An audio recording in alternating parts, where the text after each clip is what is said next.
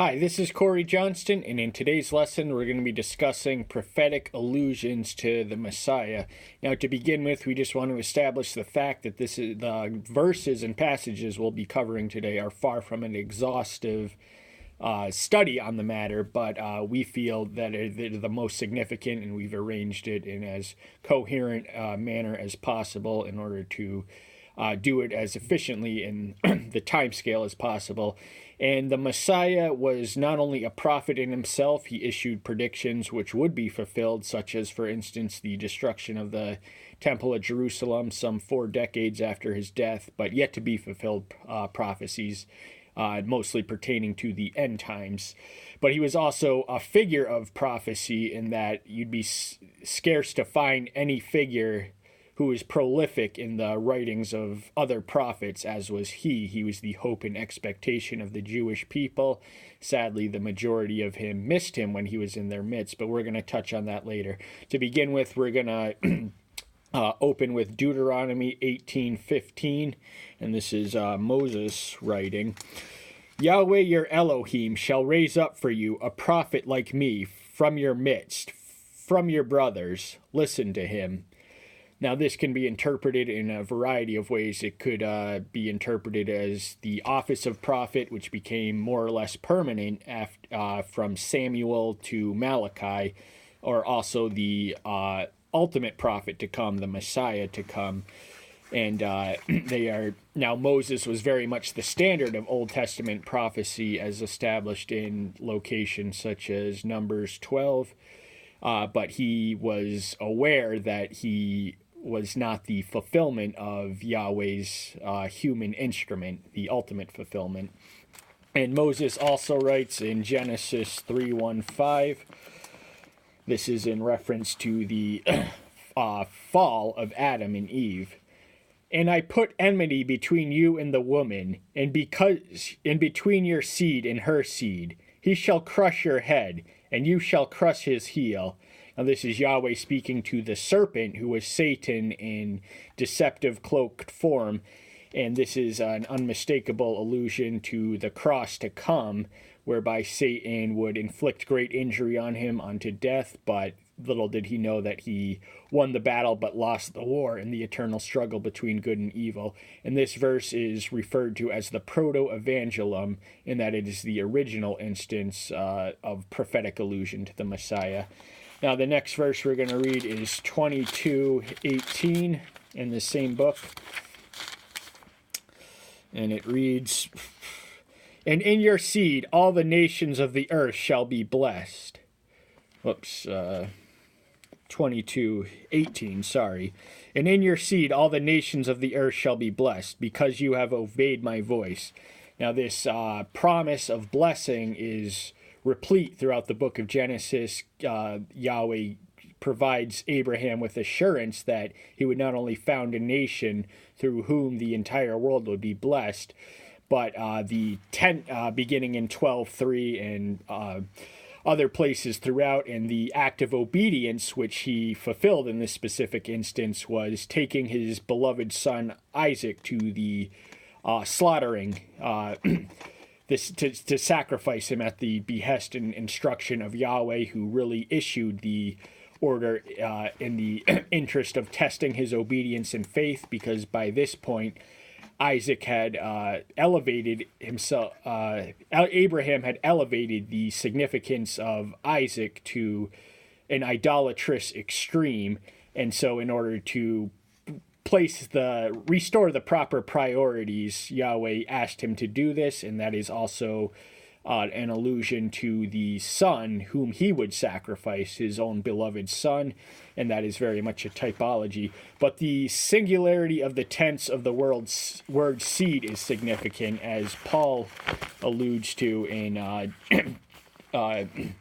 Galatians 3:16, which reads, but the promises were spoken to Abraham and to his seed. He does not say, and to seeds, as of many, but as of one, and to your seed, who is Messiah. Therein we realize that the ultimate blessing of Abraham's progeny would not per se be the nation of Israel, although they certainly do occupy a central significant role in salvation history, but not as supreme as the individual who rose among their ranks, who was born into their people. And the seed, the singularity of the tense, is likened by Paul in reference to Moses' writing of Yahweh speaking to Abraham. As singularity in tense, it refers to an individual and nothing less than the most significant individual who ever lived. Now, the next passage we're going to read is Genesis 49:10, which reads, this is Jacob issuing the blessings and alternate cursings to his 12 sons while in the land of Egypt. And Judah, as we will read, will play a significant role in that it is from his tribe that the royal seed of the united monarchy would dwell and would persist in some form all the way up to the Babylonian captivity. The scepter shall not turn aside from Judah, nor a lawgiver from between his feet, until Shiloh comes, and to him is the obedience of peoples. So the scepter is a royal instrument which indicates royalty, and Judah, herein we learn the specificity narrows down from a seed of the woman, that being a human being. The Savior was not to be of angelic origin, but of the human seed. And in Abraham, we learn that it's narrowed down to his descendants, and with even greater specificity, it moves on to the tribe of Judah, from which he would come. And the Messiah's most prominent ancestor, he is often referred to as the son of David, and his genealogy is documented by Matthew in that regard. But the Davidic covenant, which spans the range of the 7th chapter of 2 Samuel, we're going to narrow our focus to the 12th verse. When your days are filled, when your days are filled and you rest with your fathers, I shall raise up your seed after you, who comes from your inward parts, and shall establish his reign. So this is very much an allusion to his descendant who sprang from his loins, and he would not manifest until long after he was dead, some 1,000 years. So it was a promise which demanded endurance, in that David would not live to witness, but he was still blessed with the blessed hope and the divine assurance that his monarchy, even though it ceased to exist after his dynasty ceased to exist after the year 586 BM, when the Babylonians sacked and destroyed Jerusalem and the temple, the Messiah was in fact his most direct ancestor after some 500 plus years of post-exilic, which time he had been reduced to an obscure carpenter. But had the Judean dynasty continued, he would have sat on the throne.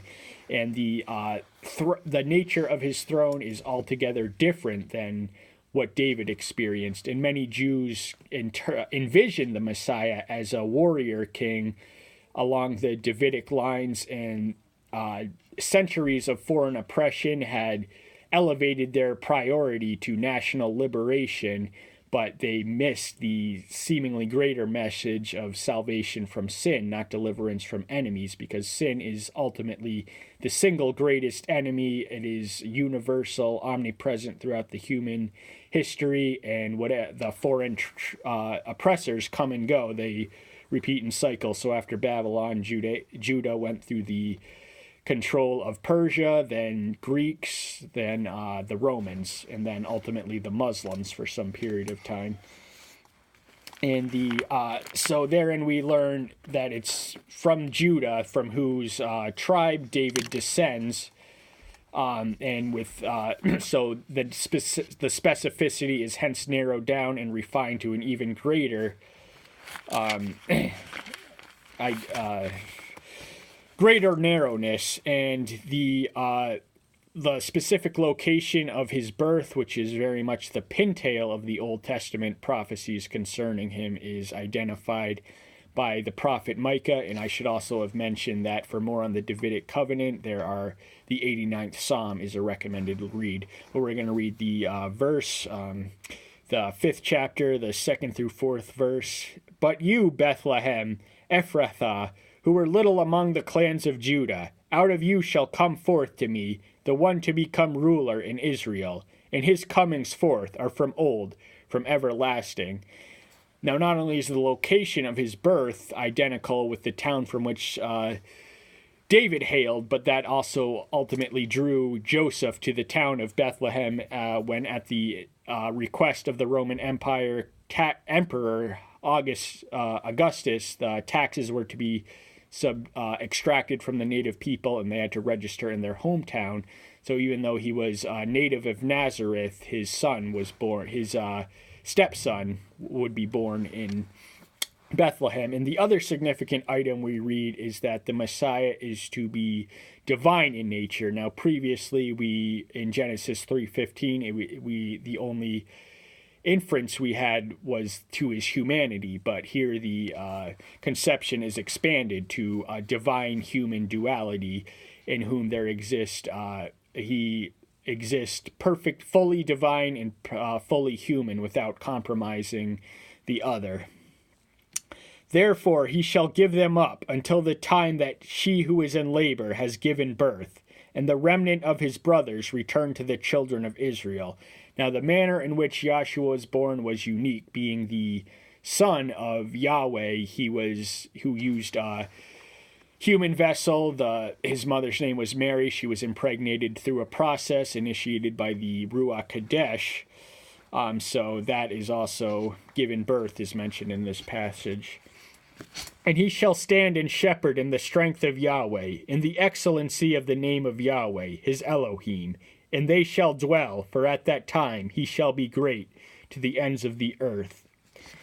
So the Messiah likens himself to the Good Shepherd in John 10, and he was a sheep in the sense, in his relation to Yahweh, but he was very much a shepherd to humanity, and as such he was the fullest and most final form of revelation of divinity to humanity. And his greatness, there's to be no bounds, no ends. It's all-encompassing throughout the earth and in the heavens, which he does not mention, but we can imply by inference that he does. And this prophecy was quoted in the book of Matthew, the 2nd chapter. We're going to read the 4th through 6th verses, and we have to understand that Matthew was a Jewish man writing to a predominantly Jewish audience, and as such he relied more heavily on Old Testament quotations than any other gospel author.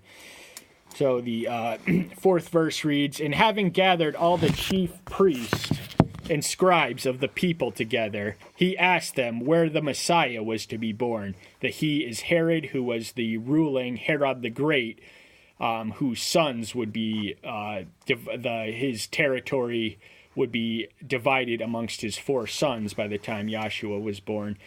But he's made aware now the Magi were Persian prophets of sorts of the Zoroastrian tradition, but they seemingly, even though the Jews had this prophecy, they were more honed to it. So Yahweh does work through pagans, and he did accomplish a significant purpose, inaugurating his life on earth through them. And they said to him, in Bethlehem of Judah, for thus it has been written by the prophet being Micah, of whom we have already read, the town being Bethlehem, of which we have already discussed, and Judah is the territory in which the town of Bethlehem resided. And the 6th verse reads, But you, Bethlehem, in the land of Judah, you are by no means least among the rulers of Judah, for out of you shall come a ruler who shall shepherd my people Israel. Now, word for word, the translation is not identical to that which we read in Micah, but that's because the New Testament is written in a different language than the Old Testament Hebrew, and not all of the translations into English are exactly identical, but we understand that it would have been very much based on Micah's passage. It would have been a Greek translation of the Hebrew original. And John 1:10-11 reads, He was in the world, and the world came to be through him, and the world did not know him. So even though he created the earth and came to fulfill the ultimate purpose of creation, the world did not recognize him and did not acknowledge his authority or claim, largely. He came into his own, and his own did not receive him. His own is a reference to the Jewish people, who of all people should have been able to recognize and respond righteously to the Messiah in their midst, but they had a warped, distorted conception of the nature of the Messiah, and he upset and did not fulfill many of their expectations of what the Messiah should be. And as a result of this, we're just going to close with Romans 11:17 through 20. This is Paul writing. And if some of the branches were broken off, and you being a wild olive tree, have been grafted in among them, and came to share the root and fatness of the olive tree. This is a reference to the Gentiles and their amalgamation with the Jewish people, who initially formed the majority of the early Christian church, which would fast be displaced by the Gentiles, who were in a lot of ways deemed more worthy to receive him and understand the faith. They weren't cluttered by their tradition, which neglected him. Do not boast against the branches, and if you boast, you do not bear the root, but the root you. So the consequences of bragging or boasting against the branches is that's analogous to Israel, through whom the other tree would be grafted into. Is that they spring not from the root, but the root springs not from them, but they from the root.